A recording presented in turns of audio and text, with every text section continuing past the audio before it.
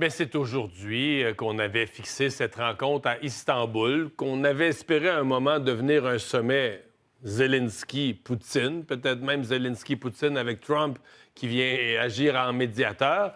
Mais finalement, il y a seulement Volodymyr Zelensky qui est là. On en parle tout de suite avec Chris Alexander, ex-ministre, ex-ambassadeur du Canada. M. Alexander, bonjour. Bonjour, M. Dumont. Bon, on va écouter un extrait, là, ce qui était l'espoir de la paix a viré assez rapidement à l'engueulade. Extrait de ce qui commence à partir ce matin. Là. Nothing's going to happen until Putin and I get together, okay? And obviously he wasn't going to go. He was going to go, but he thought I was going to go. He wasn't going if I was... Ça, c'est pas l'extrait, là. Ça, c'est l'extrait de Donald Trump qui dit il se passera rien là tant que je serai pas là. Ouais, M. Alexander, ça n'a pas bien parti, là. Hein? Ça a parti sur un mauvais ton. Non, c'est parti sur un mauvais ton. Il n'y a rien de substantiel qui se passe, même s'il y a une délégation russe qui s'est rendue en Turquie. Et ça fait partie, d'après moi, M. Dumont, d'une stratégie russe pour vraiment repousser l'idée d'un cessez-le-feu, repousser l'idée d'une pression accrue des pays occidentaux, des alliés sur la Russie, pour créer de l'espace pour pouvoir continuer leur agression, leur guerre contre l'Ukraine. Il n'y a pas d'autre stratégie qui pourrait expliquer le comportement de Moscou. Ouais. Parce qu'on se comprend que si M. Poutine se présente lui-même, là, tu deviens en présence d'un véritable sommet, ça crée une obligation de résultat, là. Tout à fait. Moscou n'est pas prêt pour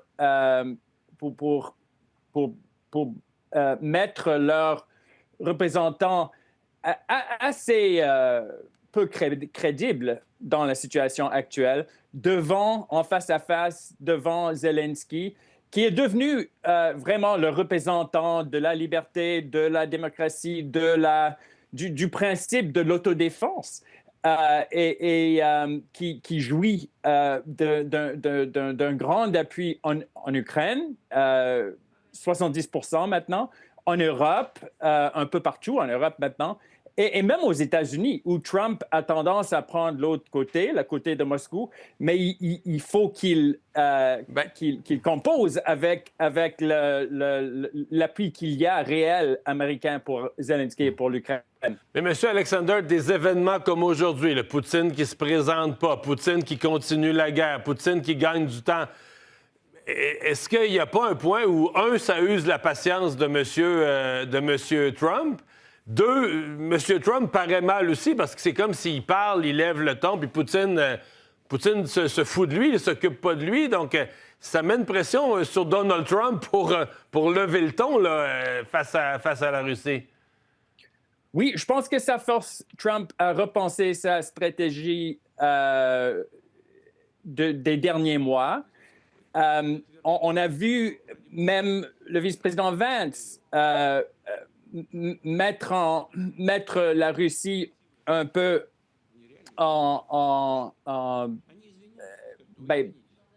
poser des questions à la Russie parce qu'il n'y a pas de progrès vers le cessez-le-feu que tous les deux ont identifié comme un objectif très important pour eux. Mais il ne faut pas sous-estimer les leviers de Moscou à Washington actuel.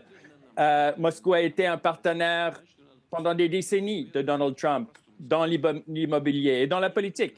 Donc, ça ne va pas tomber à l'eau d'un jour à l'autre. Ce qui reste à voir, c'est est-ce que l'Europe fera preuve de leadership? Est-ce que l'Europe, où il y a plusieurs pays qui aimeraient faire plus pour l'Ukraine, agira pour concrétiser des sanctions plus coûteuses et des armes plus nombreuses pour l'Ukraine?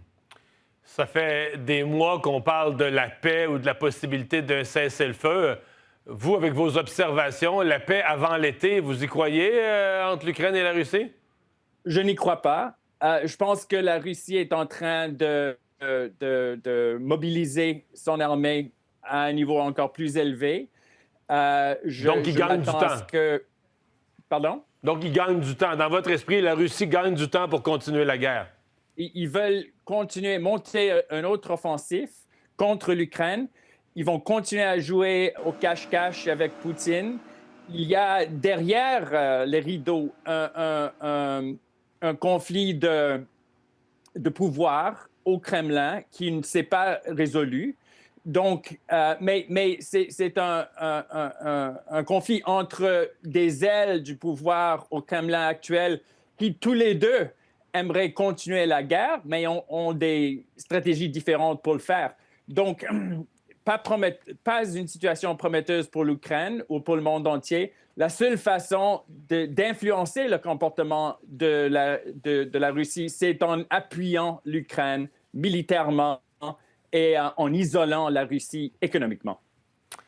Chris Alexander, merci de nous avoir parlé aujourd'hui.